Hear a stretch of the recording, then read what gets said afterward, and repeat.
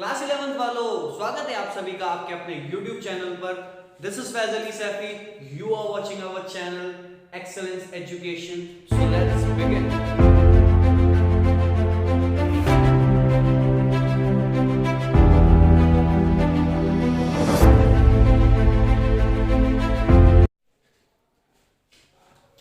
दोस्तों, आज हम करने जा रहे हैं अपना नया टॉपिक, नया चैप्टर में स्टार्ट करने जा रहा हूं तुम्हारा, जिसका नाम है प्रोड्यूसर इक्विलिब्रियम। ठीक है, प्रोड्यूसर इक्विलिब्रियम आज हम स्टार्ट करने जा रहे हैं।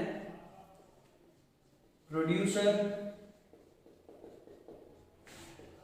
इक्विलिब्रियम, प्रोड्यूसर इक्विलिब्रियम क्या होता है समझना बहुत ध्यान से। देखो, सबसे पहले अगर बात की जाए इक्विलिब्रियम की, इक्विलिब्रियम का मतलब वो state of rest, state of balance, यानी कि सबसे बेहतर पॉइंट प्रोड्यूसर के लिए या फिर कंज्यूमर के लिए।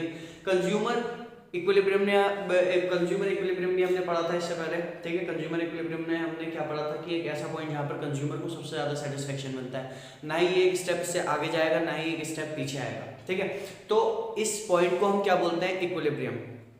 ठीक, तो आज हम पढ़ने जा रहे हैं प्रोड्यूसर इक्विलिब्रियम। ये प्रोड्यूसर इक्विलिब्रियम का मतलब क्या हुआ, सिंपल सी अगर बात, सिंपल लफ्जों में अगर मैं बोलूं तो producer equilibrium refers to a situation, लिख लो चलो। Producer equilibrium refers to a situation at which the total production या फिर the level of output of a producer give maximum profit at minimum cost. यानी कि प्रोड्यूसर इक्विलिब्रियम एक ऐसी situation है जहां पर प्रोड्यूसर को एक इतना लेवल ऑफ आउटपुट वो प्रोड्यूस करता है कि जिसमें उसकी कॉस्ट कम आती है और प्रॉफिट ज्यादा होता है, उस पॉइंट पे प्रोड्यूसर को इक्विलिब्रियम मिलता है। ठीक है, तो मैंने क्या बोला अभी, मैंने आपको डेफिनेशन बताई producer equilibrium. Producer equilibrium refers to the level of output at विच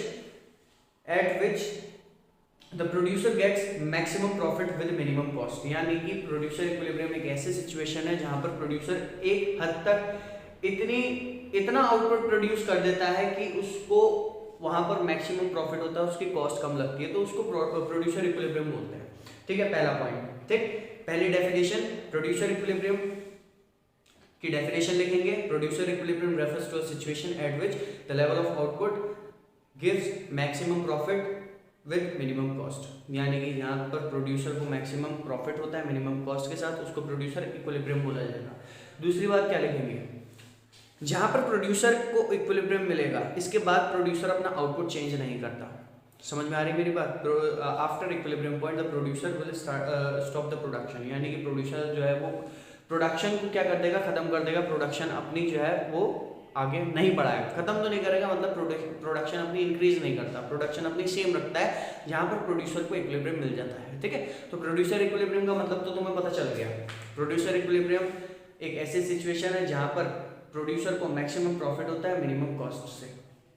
दूसरी बात, प्रोड्यूसर को जहां पर इक्विलिब्रियम मिलेगा, इसके बाद प्रोड्यूसर अपना लेवल ऑफ आउटपुट इंक्रीज नहीं करता, अपनी प्रोडक्शन इंक्रीज नहीं करता। अब बात करने वाले हैं प्रोड्यूसर इक्विलिब्रियम को निकालने के तरीके। तो basically there are two methods, there are two approaches with the help of which you can easily find out where the producer gets equilibrium। यानी कि दो ऐसी अप्रोचेज हैं, दो ऐसे मेथड्स हैं जिसकी हेल्प से आप प्रोड्यूसर को इक्विलिब्रियम कहाँ मिल रहा है ये निकाल सकते हो।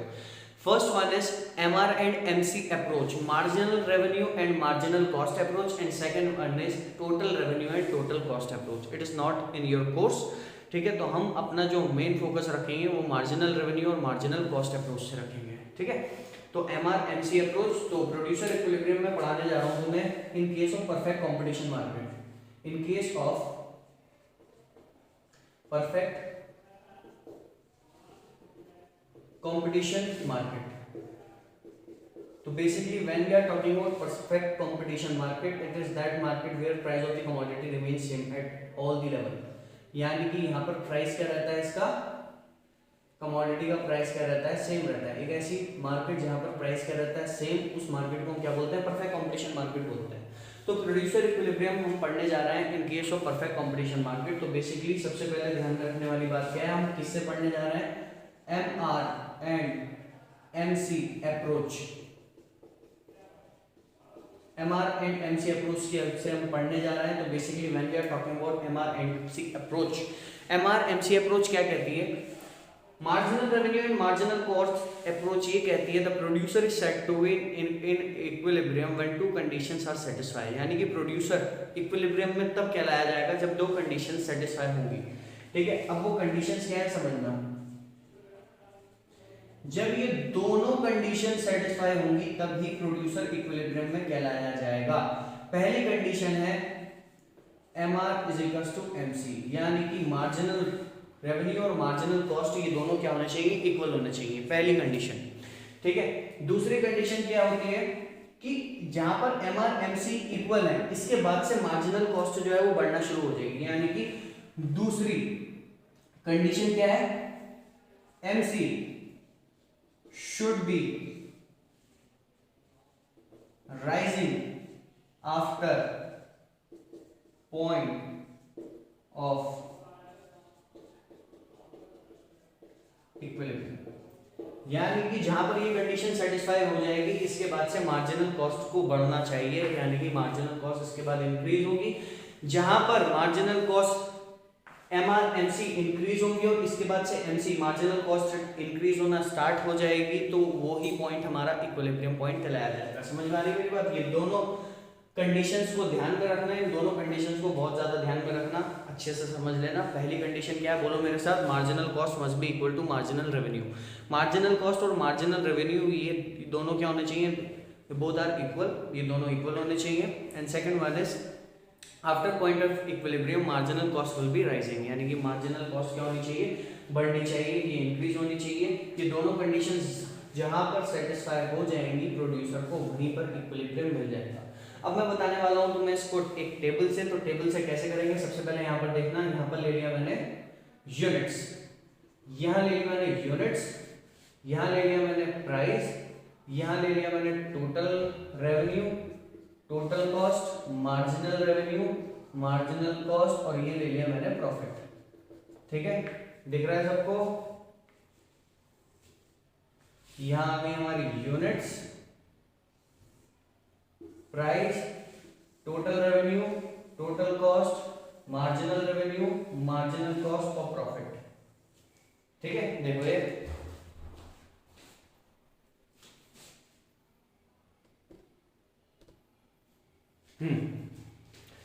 इसके बाद हम यहां पर यूनिट्स लिखते हैं, 1 2 3 4 5, ये आ गई हमारी यूनिट्स।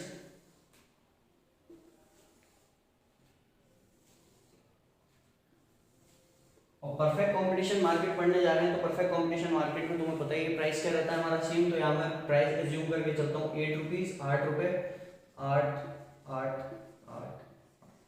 ठीक है, अब यहाँ पर देखो टोटल रेवेन्यू कैसे निकलेगा, टोटल रेवेन्यू कैसे निकलता है, क्वांटिटी मल्टीप्लाई बाय प्राइस, यानी कि 1 multiply by 8 16, this multiply by this 24, this multiply by this 30 32 and this multiply by this 40। ये आ गया हमारा टोटल रेवेन्यू। अब टोटल कॉस्ट तुम याद कर लेना, टोटल कॉस्ट क्या लिखनी है तुम्हें, देखो 8 15 20, 8 15 20, देन 28 38, 28 एंड 38। ठीक है, ये याद कर लेना, ये तो इजीली हो जाएगा। अब हमें क्या करना है, अगर मार्जिनल कॉस्ट और मार्जिनल रेवेन्यू कैलकुलेट करना है, तो सबसे पहले देखो मार्जिनल रेवेन्यू कैसे निकलेगा, टोटल रेवेन्यू से इन दोनों का डिफरेंस, ये आ जाएगा 8, इसमें इसको माइनस करेंगे 8, इसमें इसको माइनस करेंगे 8, इसमें इसको माइनस करेंगे 8, इसमें इसको माइनस करेंगे 8। समझ में आ गई मेरी बात? मार्जिनल रेवेन्यू से इससे पहले वीडियो में पहले ही बताया था मैंने, इन case of perfect competition market price revenue, यानी कि price, average revenue and marginal revenue, ये तीनों चीजें क्या होती है, सेम होती है। इसी वजह से मार्जिनल रेवेन्यू हमारा सेम आया, प्राइस के इक्वल है बिल्कुल। मार्जिनल कॉस्ट कैसे निकलेगी, देखो पहला आएगा 8, दूसरा this minus this 7, this minus this ये आ जाएगा 5, दिस माइनस दिस ये आ गया 8, दिस माइनस दिस ये आ जाएगा हमारा 10। समझ में आई मेरी बात? ये कैसे निकाला मैंने? ठीक, अब देखो यहाँ पर, अब क्या करेंगे हम, अब यहाँ पर प्रॉफिट कैसे निकलेगा, रेवेन्यू में से कॉस्ट को माइनस करना है, this minus this 0, this minus this ये आ जाएगा हमारा 1, दिस माइनस दिस ये आ जाएगा हमारा 3, दिस माइनस दिस ये आ जाएगा हमारा 0, और दिस माइनस दिस ये आ जाएगा हमारा 2। समझ में आई मेरी बात या नहीं? ठीक, तो कहने का मतलब क्या है, देखो प्रोड्यूसर को इक्विलिब्रियम कहां पर मिल रहा है, मैं तुम्हें ये बताने वाला हूं, प्रोड्यूसर को इक्विलिब्रियम कहां पर मिल रहा है। तो बेसिकली प्रोड्यूसर के इक्विलिब्रियम की अगर बात की जाए तो प्रोड्यूसर को इक्विलिब्रियम मिल रहा है किस पॉइंट पे, एट दिस पॉइंट, यानी कि at fourth level of output the producer is said to be in equilibrium because, ठीक, प्रोड्यूसर को यहां पर कंडीशन क्या बताई थी मैंने, M R is equal to MC और दूसरा एमसी शुड बी राइजिंग, तो यहां पर दो जगह M R is equal to MC है, यानी कि एक तो ये है और एक ये है, मार्जिनल रेवेन्यू मार्जिनल कॉस्ट के इक्वल है दोनों जगह, ठीक है। तो मैं इसको दे देता हूं पॉइंट ए, इसको नाम रख देते हैं ए, और ये वाला पॉइंट जो हो गया ये हो गया पॉइंट नंबर बी, ठीक है। अब पॉइंट नंबर ए पे चेक करते हैं जाकर के प्रोड्यूसर को इक्विलिब्रियम मिल रहा है या नहीं। देखो कंडीशन देखते हैं, M R is equal to MC, बिल्कुल सही है भाई, फुलफिल हो रही है कंडीशन। दूसरी कंडीशन क्या है, एमसी शुड बी राइजिंग, यानी कि मार्जिनल कॉस्ट जो है इस पॉइंट के बाद से बढ़ना चाहिए, लेकिन मार्जिनल कॉस्ट तो हमारी 8 से 9 होनी चाहिए थी, 8 से 7 हो रही है, तो इसका मतलब ये पॉइंट इक्विलिब्रियम नहीं है, प्रोड्यूसर को यहाँ पर इक्विलिब्रियम नहीं मिल रहा। तो देखते हैं इसके बाद दूसरा वाला पॉइंट, दूसरी कंडीशन यहाँ पर सेटिस्फाई होगी या नहीं। देखो 8 यानी कि मार्जिनल रेवेन्यू और मार्जिनल कॉस्ट इक्वल है, पहली कंडीशन हमारी सेटिस्फाई हो गई। दूसरा, क्या मार्जिनल कॉस्ट इसके बाद से बढ़ रही है, बिल्कुल बढ़ रही है, ठीक है, 8 से 10 हो गई, तो इसका मतलब प्रोड्यूसर को इक्विलिब्रियम कहां पर मिल रहा है, जब वो 4 यूनिट प्रोड्यूस कर रहा है।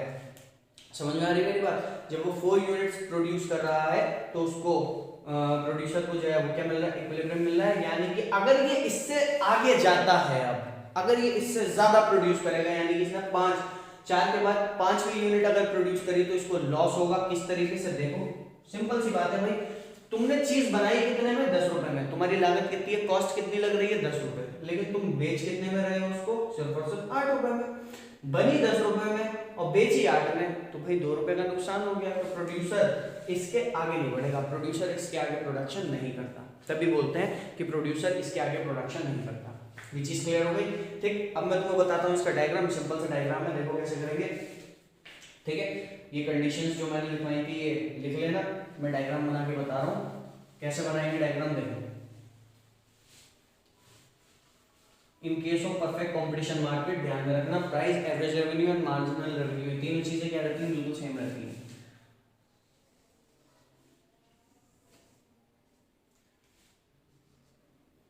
ओरिजिन यहां ले लिया हमने, cost and revenue, cost and revenue is taken on Y axis and units are taken on X axis. Units को हमने एक्स एक्सिस पे लिया है, कॉस्ट एंड रेवेन्यू को हमने वाई एक्सिस पे लिया है।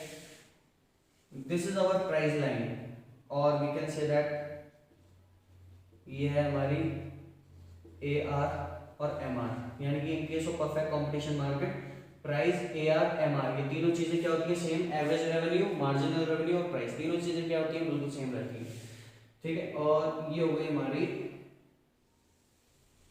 मार्जिनल कॉस्ट कर्व, एमसी, ठीक है। ये 2 पॉइंट बताए थे मैंने तुम्हें, ए और बी मान करके चलते हैं, ये वाला ए पॉइंट है जहां पर प्रोड्यूसर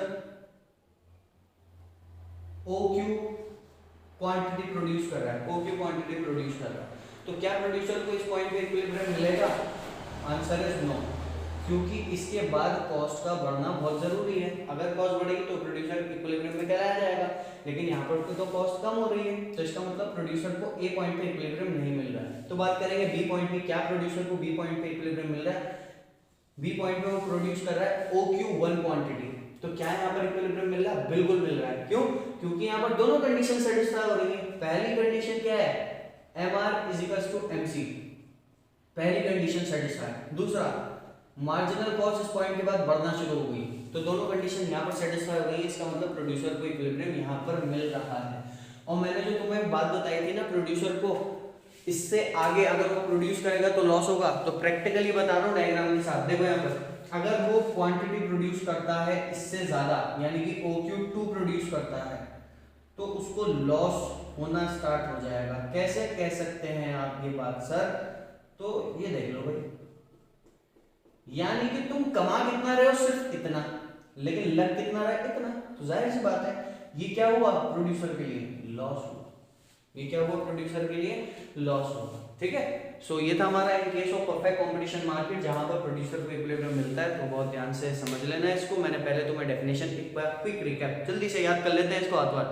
पहला, the producer is said to be in equilibrium at which, या फिर ये कह सकते हैं the producer is said to be in equilibrium at which his cost is minimizing and profit is maximizing. Second point, after when the at this point the producer will stop his production। Producer जो है वो अपनी production को रोक देता है, इससे आगे वो प्रोड्यूस नहीं करता। ठीक, फिर इसके बाद अगर बात की जाए कंडीशन की, the producer is said to be in equilibrium when two conditions are fulfilled. First one is marginal revenue and marginal cost must be equal, and second one is after point of equilibrium marginal cost should be rising। ठीक है, फिर इसके बाद हमने बनाया table के बाद बनेगा डायग्राम के बाद इसकी एक्सप्लेनेशन। ठीक है, तो दोस्तों ये था हमारा आज का टॉपिक। वीडियोस कैसी लग रही है जरूर बताया करो। ठीक है, तुम्हारे लिए ही है भाई, तुम्हारे लिए ही आ रहे हैं पढ़ाने के लिए। और ठीक है, वीडियोस को शेयर करना, मेरे चैनल को सब्सक्राइब कीजिए, इंस्टाग्राम पे भी है हम, इंस्टाग्राम पे आप फॉलो कीजिए और देखते रहिए excellence education. Have a good day.